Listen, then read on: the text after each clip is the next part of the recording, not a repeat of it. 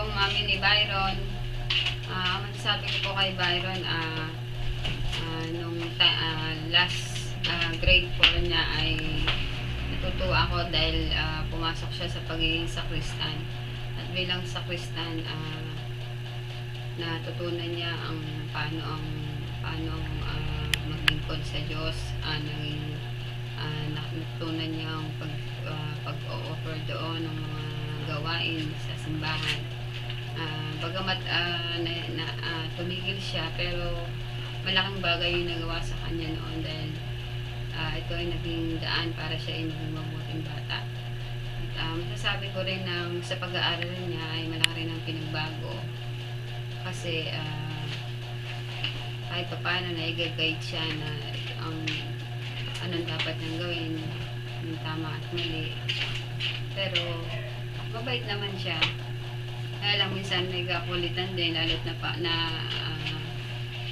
na dadala siya ng mga barkada. Pero pag sinabihan naman siya, sumusunod naman, katulad ng sabi ng sir niya.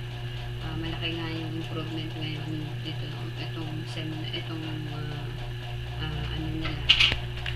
Kaya yun lang, pagpatuloy na yung pag-aaral niya ng maayos, tapos sana gawin yung aming mga pangaral na makatapos sila, makakuha sila ng ganang trabaho para yung kanilang pamumuhay ay maiba naman. Tsaka yun ang tanging ko sa kanya, tuloy-tuloy na ang pagiging isang mabuting bata para pag siya nagkapamilya, yun din ay tuturo niya sa kanyang mga anak. Yun lang. Salamat po sa pag-aalaga sa aming mga kakapatid. Salamat sa pagsuporta sa mga gawain namin.